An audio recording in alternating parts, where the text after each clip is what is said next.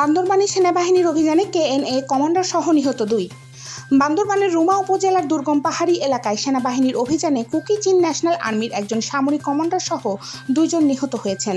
সকালে আন্তঃবাহিনী জনসংযোগ পরিদপ্তরের সহকারী পরিচালক মোহাম্মদ রাশেদুল আলম খান স্বাক্ষরিত একটি বিবৃতিতে এই তথ্য নিশ্চিত করা হয়।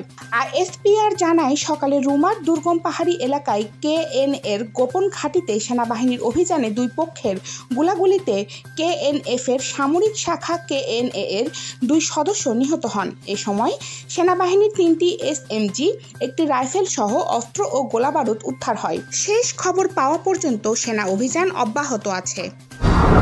মৌলভীবাজার সীমান্ত দিয়ে আরও 48 জনকে বিএসএফ এর পুশ ইন। মৌলভীবাজারের বড়লেখা উপজেলার পাল্লাথল সীমান্ত দিয়ে আরও 48 জনকে পুশ ইন করেছে ভারতীয় সীমান্তরক্ষী বাহিনী বিএসএফ।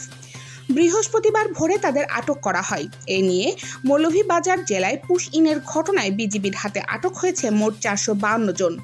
এর মধ্যে বড়লেখা উপজেলা দিয়ে 341 জন, জুড়ি উপজেলা দিয়ে 10 জন, কুলাউড়া উপজেলা দিয়ে 21 জন, শ্রীমঙ্গল উপজেলা দিয়ে 19 জন ও কমলগঞ্জ উপজেলা দিয়ে 61 জন। ইন্দোনেশিয়ার বালির কাছে অর্ধশতাধিক আরোহী নিয়ে ফেরিডুবি, নিখোঁজ 43।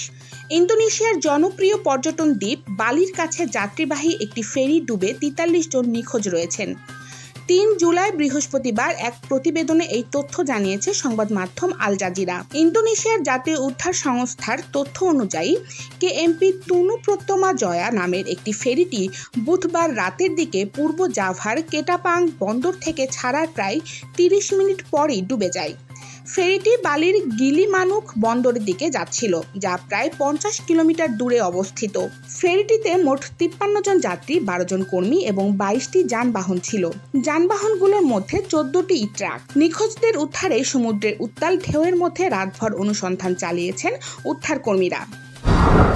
জাতিসংঘের মানবাধিকার বিষয়ক হাই কমিশনার ভলকার তুর্ককে অবাঞ্ছিত ঘোষণা ভেনেজুয়েলার। জাতিসংঘের মানবাধিকার বিষয়ক হাই কমিশনার ভলকার তুর্ককে অবাঞ্ছিত ব্যক্তি ঘোষণা করেছে ভেনেজুয়েলার পার্লামেন্ট। 2 জুলাই মঙ্গলবার দেশটির জাতীয় পরিষদ সর্বসম্মতিক্রমে এই সিদ্ধান্ত নেয়। সম্প্রতি ভেনেজুয়েলায় মানবাধিকার লঙ্ঘনের অভিযোগ তুলে ভলকার তুর্কের কার্যালয় থেকে একটি প্রতিবেদন প্রকাশিত হয়। এই প্রতিবেদন প্রকাশের পরই দেশটির জাতীয় পরিষদ তুর্ককে অবাঞ্ছিত ঘোষণা করে। জেনেভায় অনুষ্ঠিত জাতিসংঘের মানবাধিকার পরিষদের এক অধিবেশনে তুর্ক আরও বলেন, গত 1 বছরে ভেনেজুয়েলায় বহু মানুষকে বিনা অভিযোগে আটক করা হয়েছে, অনেককে গুম করা হয়েছে এবং আইনি প্রক্রিয়া অনুসরণ করা হয়নি।